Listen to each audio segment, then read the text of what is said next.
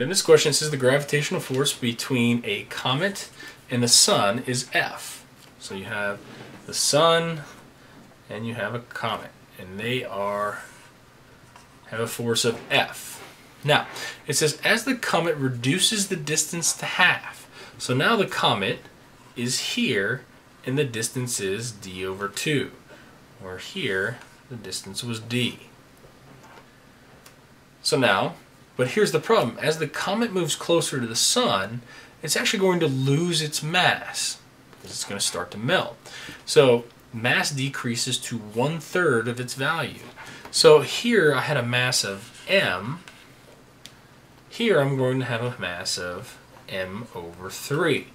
So I want to see what the overall effect of the gravitational force is. And so in order to do that, we say F equals g m1 m2 over d squared. When I do this, I have the mass of the sun, the mass of the comet, and the original distance between them. They give me a force of F. But now let's look at the second situation.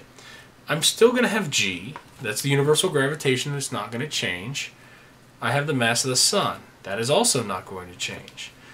But now instead of m2, what I'm going to have is m2 over 3. And that's because the mass of the comet is being reduced. When I do it this way, the distance is also reduced. So instead of writing d, I write d over 2 and then square it. So at this point, what I want to do is I want to get back to this original equation. So I still have gm1 m2. So I'm going to go ahead and move this 3 down to the bottom where it belongs. And then when I square this, I'll show you what happens when we square it. We have g m1 m2 over, I'm going to put the 3 out here because I wanted to move that to the bottom, and then I'm going to have d squared over 4.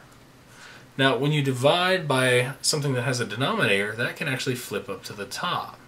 So what that leaves me with is 4g m1 m2 over 3d squared. Now remember, gm1 m2 over d squared, that right there is F.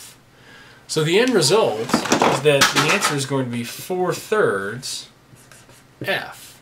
So as I reduce the distance between them, the gravitational force is going to go up by a factor of 4.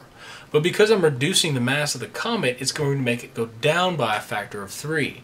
So the overall effect is that the gravitational force is pretty close to the same, although it does go up by a small factor.